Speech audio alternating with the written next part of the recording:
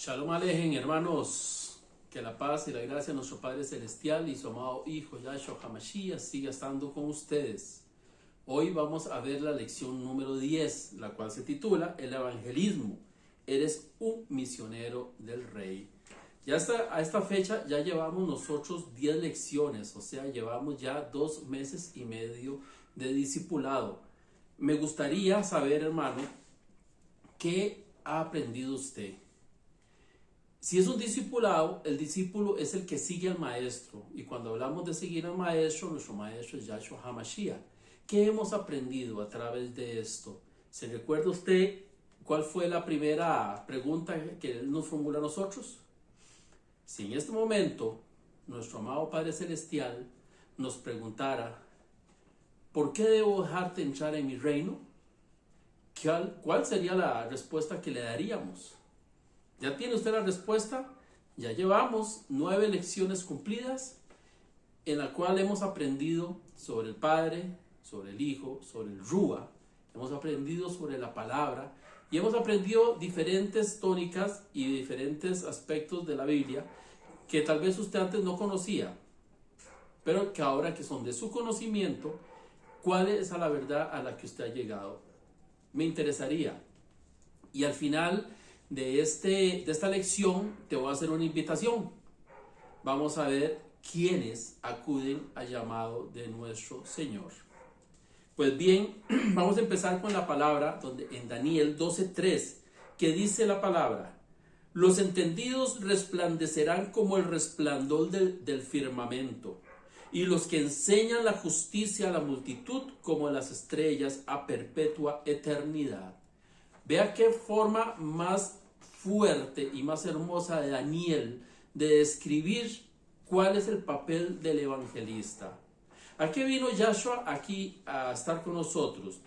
Lógicamente, a pagar un precio de sangre por nuestra salvación, pero también Él iba a dejar un papel importante en cada uno de nosotros, que lo vamos a ir viendo más adelante, que es el papel de la gran comisión. Proverbios 11:30 dice: el fruto del justo es árbol de vida, y el que gana almas es sabio. Pues bien, el evangelismo lo que nos lleva a nosotros es a predicar el evangelio, a llevar las buenas nuevas a más de una persona que no conoce el Dios que nosotros conocemos, o al menos el Dios como debemos conocerlo nosotros. Todos somos llamados a evangelizar. Veamos la palabra, lo que nos dice en Romanos 10:14 al 15. ¿Cómo pues invocarán a aquel en el cual no han creído? ¿Y cómo creerán en aquel de quien no han oído? ¿Y cómo oirán sin haber quien les predique? ¿Y cómo predicarán si no fueren enviados? Como está escrito: cuán hermosos son los pies de los que anuncian la paz, de los que anuncian buenas nuevas. Esta hermosa cita lo que nos lleva es una reflexión de que realmente hay hermanos necesitados de conocer la palabra, pero que no son alcanzados por los mensajeros. A veces el pastor, por estar metido en su iglesia, o el sacerdote en la suya, y sabemos que hay iglesias y sinagogas y templos muy, muy llenos de gente, con enormes cantidades de personas. ¿Y cómo pretende usted que un anunciador de la palabra llegue a tantas? A veces hay iglesias de miles de personas. No pueden llegar el evangelio a tener esa interacción con ellos. Aquí es donde somos llamados nosotros, donde el pastor o el sacerdote no puede llegar. Dios nos manda a nosotros a llegar a esa gente, inclusive de gente que no se congrega, de gente que no asiste a las reuniones, que no asiste a los cultos. Por eso Jesús nos ha comisionado a predicar. Dice la palabra en Mateo 28, del 18 al 20. Toda potestad me es dada en el cielo y en la tierra. Por tanto, id y haced discípulos a todas las naciones, bautizándolos en el nombre del Padre, y del Hijo, y del Espíritu Santo, enseñándoles que guarden todas las cosas que os he mandado. Y he aquí, yo estoy con vosotros todos los días hasta el fin del mundo. Es clara la palabra aquí, donde nos manifiesta la comisión que el Señor nos ha dado. Él tenía que volver al Padre, pero no nos iba a dejar huérfanos. Para eso nos deja el Rúa. El Rúa es el que va a manifestar a través de la palabra que nosotros externamos a nuestros hermanos, precisamente la verdad que debe llegar a cada uno de ellos. Entonces debemos de predicar sin ningún tipo de vergüenza. Bien lo decía la pastora Ana en la prédica del sábado, que nosotros evangelizamos, a veces nos da vergüenza, porque no evangelizamos ni en nuestra propia casa, y entonces ahí se rompe ese vínculo donde Satanás trabaja en las personas para que nosotros no prediquemos la palabra, metiéndonos vergüenza. Pero vean lo que dice la palabra en Romanos 1:16. Porque no me avergüenzo el evangelio, porque es poder de Dios para salvación a todo aquel que cree, al judío primeramente y también al griego.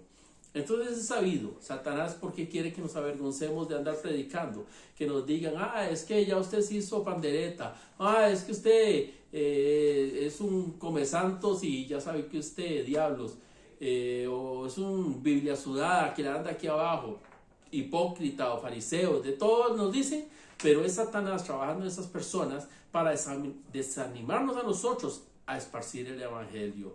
Pero nosotros no nos podemos avergonzar, porque si nos avergonzamos de él, él se avergonzará de nosotros y somos nosotros los que vamos a salir perdiendo.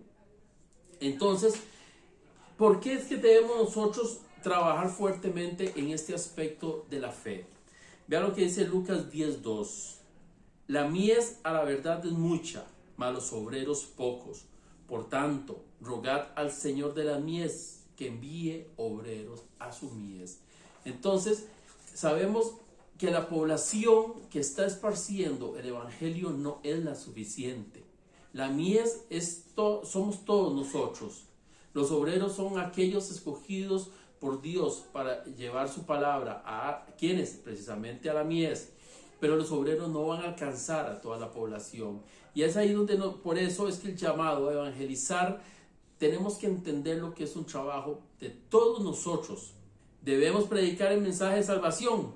Bueno, a eso vino Yahshua aquí precisamente, a enseñarnos cómo debíamos nosotros. 1 Corintios 2, del 1 al 2 dice, así que, hermanos, cuando fui a vosotros para anunciaros el testimonio de Dios, no fue con excelencia de palabras o de sabiduría, pues me propuse no saber entre vosotros cosa alguna sino a Jesucristo y a este crucificado. ¿Qué es lo que está diciéndonos aquí Pablo? Pablo nos está diciendo que debemos romper todo ego, todo rasgo de jactancia en nosotros, por lo que el Espíritu se está manifestando a nuestros hermanos, y darle la gloria a Jesucristo, darle la gloria al Padre, porque lo que va a salir de nuestra boca viene por inspiración del Espíritu, no es por nosotros mismos. Porque todos somos pecadores. Usted tal vez se va a encontrar con gente que se va a sentir que que ganaron la salvación. Dice, pero es que yo nunca he robado, yo no miento, yo no he matado a nadie. Dice, entonces yo estoy salvo, yo no necesito de eso. Pero si nosotros nos vamos a la palabra de primera de Juan, del 1 al 10, nos dice que todos pecamos. Y el que dice que no peca es mentiroso a Dios. Entonces, si todos pecamos, es porque tenemos un desconocimiento grande de la palabra.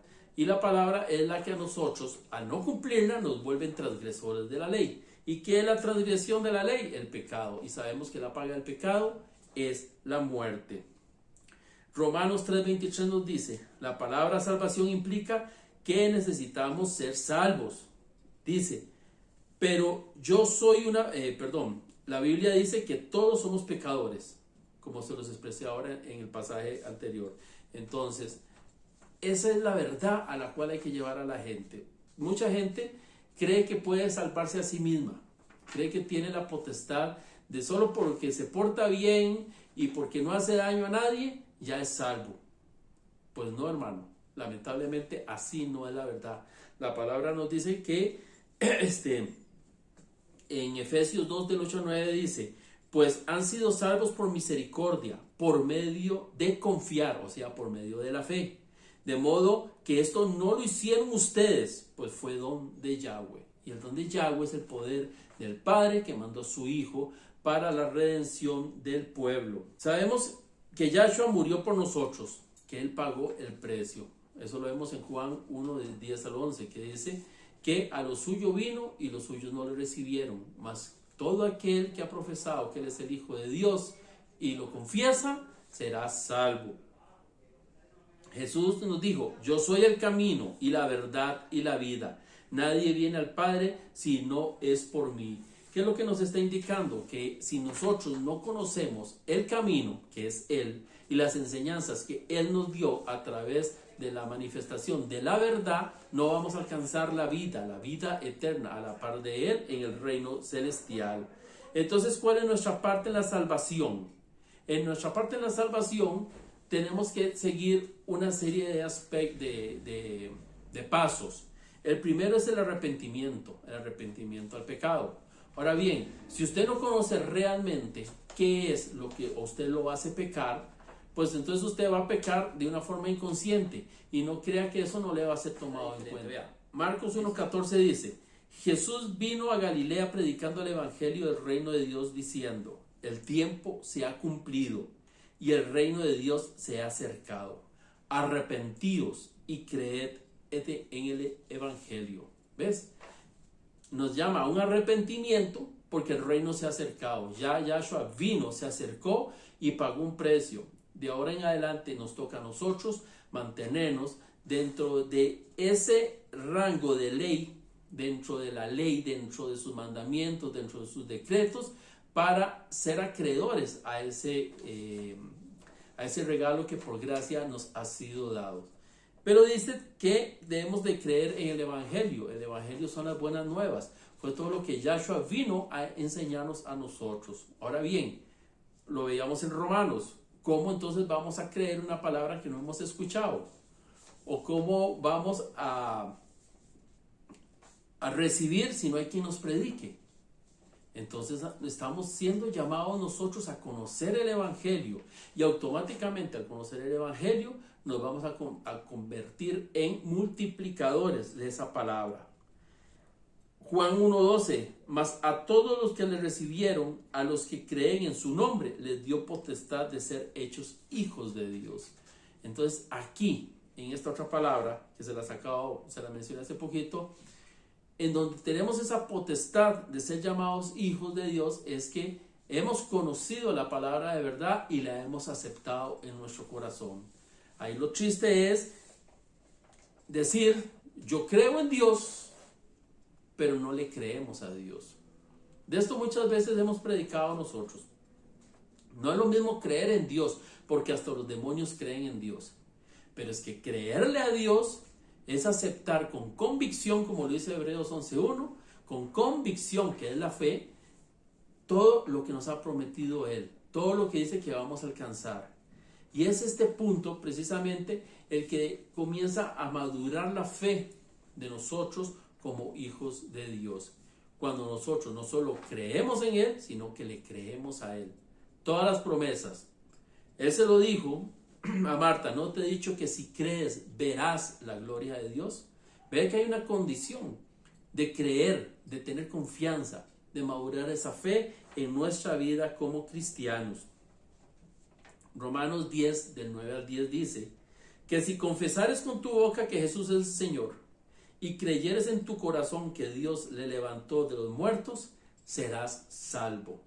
Porque con el corazón se cree para justicia, pero con la boca se confiesa para salvación. Entonces, en esta ecuación hay dos cosas importantes. Con el corazón se cree para justicia. Eso es traer aquí que lo que está en la palabra es verdad y aceptarla como mi medio para la salvación. Y con mi boca hay algo importante. Dice que con la boca se confiesa. ¿Y qué es confesar? La boca que confiesa aquí no es una boca que anda diciendo qué fue lo malo que ha hecho, cuáles son tus pecados. La boca que confiesa es aquella que abre para hablar la palabra de verdad, en el momento preciso, en el lugar indicado, y a las personas a las cuales el mensaje es enviado. Aquí es donde el evangelista comienza a tomar esa parte relevante dentro del gran esquema de salvación de nuestro Señor. Entonces, ¿cómo es que nosotros abrimos nuestra boca para declarar en salvación? Muy sencillo, compartiendo nuestro testimonio. Le voy a dar dos ejemplos muy conocidos en los cuales el testimonio de las personas venía a engrandecer la obra de Yahshua HaMashiach. Uno, Lázaro, usted lo conoce, llegó, le fueron a avisar de que Lázaro estaba enfermo porque la palabra dice que Jesús amaba a Lázaro, a María y a Marta, y que Yahshua se esperó unos días, no fue de inmediato a atender la solicitud de que él fuera a sanar la enfermedad de Lázaro. Había un aspecto importante que Yahshua tenía que cumplir. Tenía que dejar pasar al menos 4 días, y al cuarto día llegó ante la tumba de Lázaro. ¿Por qué 4 días? Había una creencia entre los judíos que decía que la persona cuando moría, el alma quedaba rondando cerca del cuerpo durante 3 días. Y en esos 3 días el alma podía volver al cuerpo y la persona resucitaba. Bueno, nada más lejos de la verdad es esta leyenda urbana de los judíos. Sabemos que puede ser algún tipo de persona que tal vez entrara en un coma y ellos la daban por muerta. Y después la persona salía del coma y decían que habían resucitado. Entonces Yahshua tenía que esperarse 3 días para demostrar que Lázaro sí estaba bien muerto. Y que la obra que él iba a hacer de resurrección iba a demostrar el poder de su amado Padre. Porque él dio gracias, dijo: Padre, gracias porque me has escuchado. Y lo digo no por mí, sino por los que están escuchando. Entonces, dice la palabra en Juan 12, 9 al 11. Gran multitud de los judíos supieron entonces que él estaba allí y vinieron. Está hablando de Lázaro. No solamente por causa de Yahshua, sino también para ver a Lázaro. Ellos querían ver al muerto resucitado, a quien había resucitado de los muertos. Pero los principales sacerdotes acordaron dar muerte también a Lázaro, porque a causa de él muchos de los judíos se apartaban y creían en Yahshua HaMashiach. ¿Por qué cree usted que querían matar a Lázaro? ¿Por qué cree que querían matar a Yahshua? Precisamente porque Lázaro era el testimonio vivo del poder de Dios a través de la palabra, a través de lo que Yahshua dijo. Otro ejemplo de testimonio es la mujer samaritana. Sabemos nosotros que Yahshua iba hacia Jerusalén y él dijo: me es necesario pasar por Samaria. Al llegar ahí, dice que era cerca de mediodía y se detuvo cansado en el pozo a descansar. Los discípulos fueron a buscar comida. En eso llegó la mujer samaritana, porque a mediodía no había nadie en el pozo. Era una mujer que vivía en pecado, entonces ella llegaba sola porque ahí no encontraba a nadie que la juzgara. Pero se encontró al Rey de Reyes y Señor de Señores. Y ahí sucedió lo que usted ya conoce. Cuando ella recibe la revelación de quién es Yahshua, dice la palabra en Juan 4, 39 al 42. Y muchos de los samaritanos de aquella ciudad creyeron en él por la palabra de la mujer, y que daba testimonio diciendo: me dijo todo lo que he hecho. Entonces vinieron los samaritanos a él y le rogaron que se quedaran con ellos, y se quedó allí 2 días. Y creyeron muchos más por la palabra de él, y decían a la mujer: ya no creemos solamente por tu dicho, porque nosotros mismos hemos oído y sabemos que verdaderamente este es el Salvador del mundo, el Cristo. Qué hermoso, ¿ah?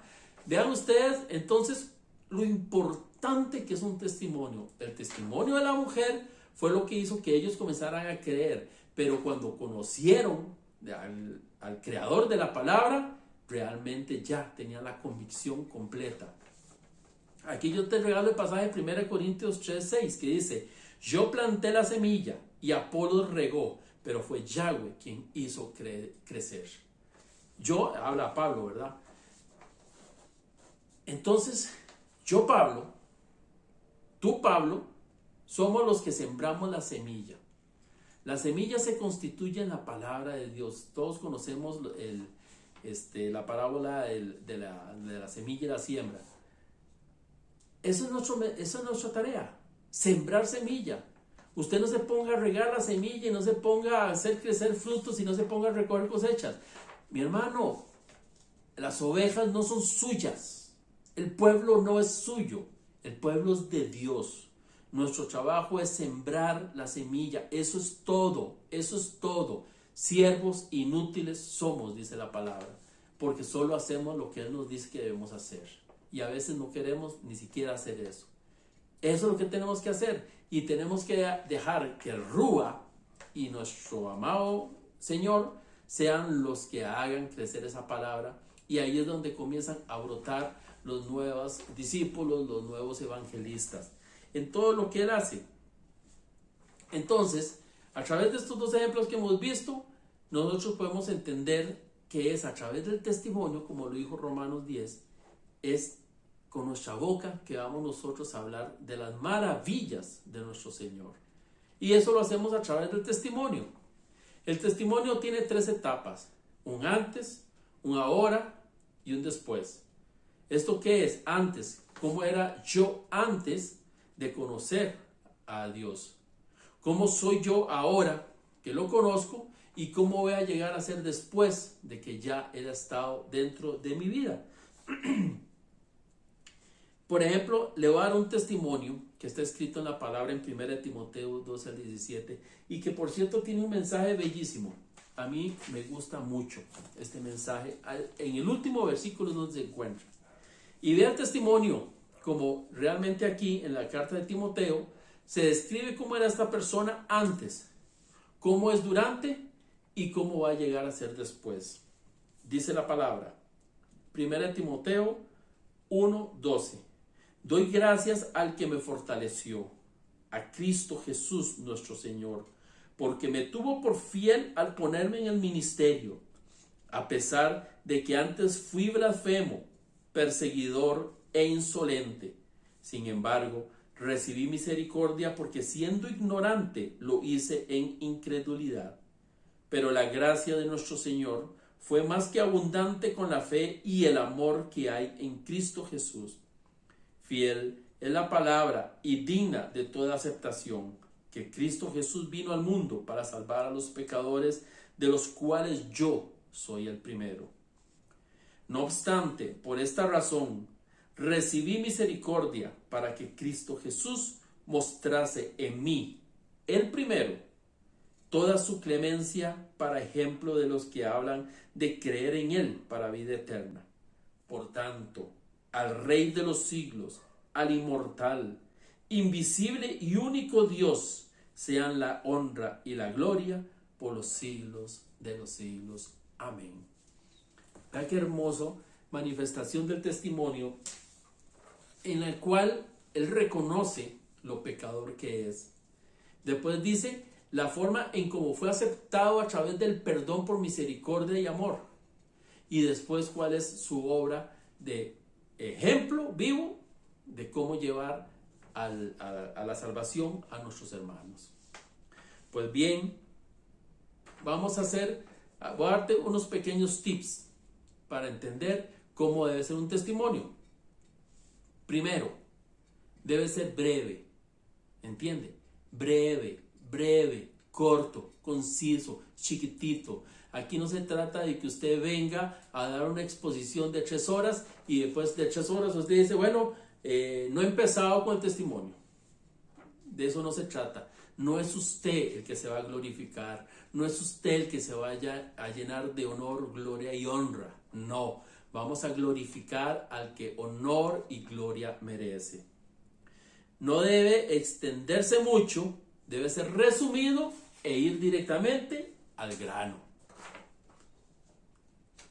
Esta introducción puede ser que te lleve unos 2-3 minutos. Debe ser conciso. Aparte de breve, conciso. ¿Qué significa eso? Dice, no entre en mucho detalle. No te pierdas en eventos y detalles irrelevantes. No cuentes toda la historia de toda tu vida. Y enfócate en lo que es relevante a tu experiencia de salvación en Cristo. O sea, que no vas a hablar de tu perrito, tu tortuga, no vas a describir toda la droga que has usado, no vas a describir toda la telenovela que es tu vida. No. Como te dije, no es usted el que va a ser honrado y glorificado. Es a nuestro amado Creador al que vamos a rendir gloria y honra. Debe ser apropiado y discreto. Y esto es importantísimo que usted lo tome en cuenta. Aquí nosotros cuando damos testimonio decimos no debemos basurear, o sea, no debemos llenar de porquería nuestro testimonio, hablando de todas las cochinadas que habíamos hecho nosotros, y más si somos muy gráficos, ¿verdad? Eso no agrega valor a nuestro testimonio y eso más bien aleja de la realidad espiritual de lo que se está viviendo a los que están escuchando. Por estar queriendo conocer las cochinadas de la vida de los testimoniantes, se pierde realmente el punto focal de lo que se persigue. No saques toda la ropa sucia. No describas aventuras sexuales. No confíes pecados escandalosos a los oyentes. O sea, usted no va a decir si mató a una persona, cómo la mató y cómo le sacó las tripas. Y no vas a hablar de esas cosas.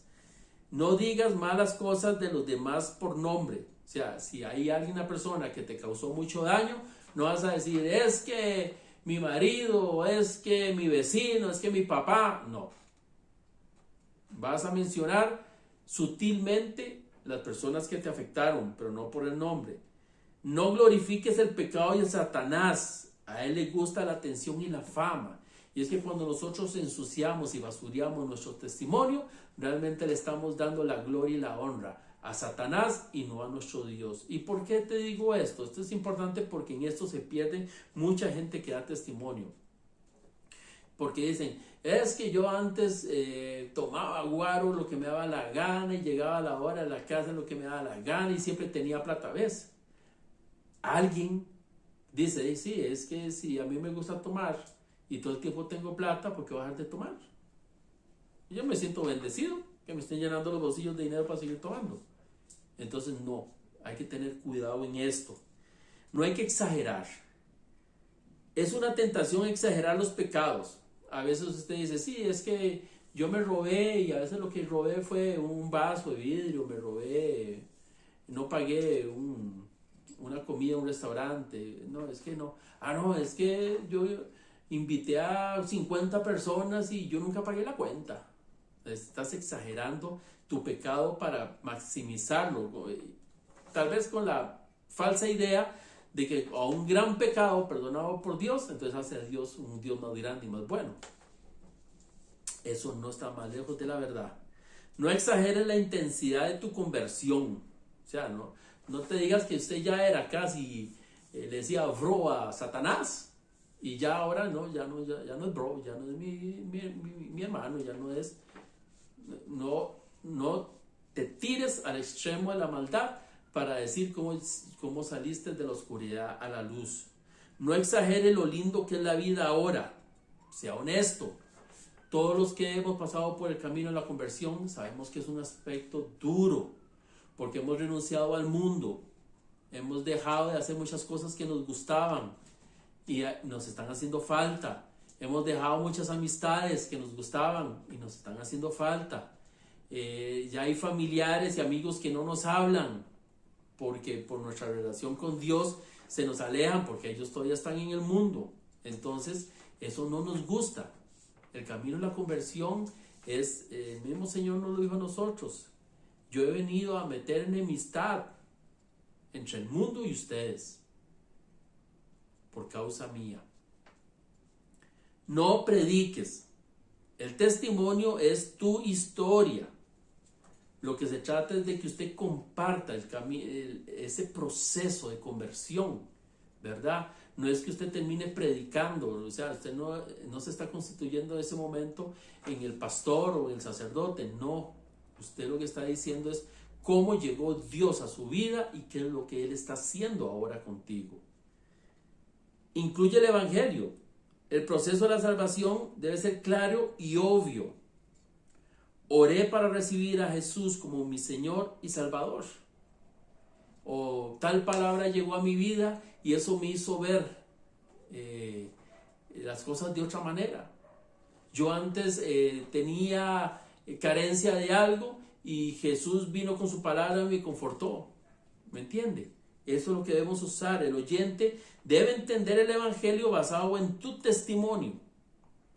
Debe ser posible para el oyente saber cómo ser salvo basado a través del ejemplo tuyo. Nosotros sabemos a través de muchas actividades ministeriales que hay testimonios que llegan y arrasan, porque hay personas que están viviendo lo mismo que hemos vivido nosotros. Y ellos pueden decir, ve, pero ¿cómo usted se ve tan alegre? ¿Cómo se ve tan firme? ¿Cómo se ve contento? No lo veo con problemas. Y usted está viviendo lo mismo que estoy viviendo yo y mi vida es una desgracia. Pues precisamente la presencia de Dios en nuestras vidas, lo que viene a hacer ese cambio, lo que viene a hacer. Y es importante porque cuando nosotros manifestamos a nuestros hermanos la presencia de Dios en nuestras vidas, eso trae paz. Porque nosotros confiamos en que Él va a actuar. Y a través de esa confianza en Él es que la fe obra en nosotros y es donde comienzan a suceder los milagros. La palabra nos dice a nosotros, pidan, pero pidan con fe, creyendo que van a recibir. Ahora, no es en el tiempo que nosotros queremos recibir. Hay cosas que Dios nos cumple muy rápido, pero hay otras que llevan más tiempo. Y a veces hay que sufrir un desierto, como lo hizo el pueblo de Israel cuando salió de Egipto, para ser preparados para recibir la tierra prometida.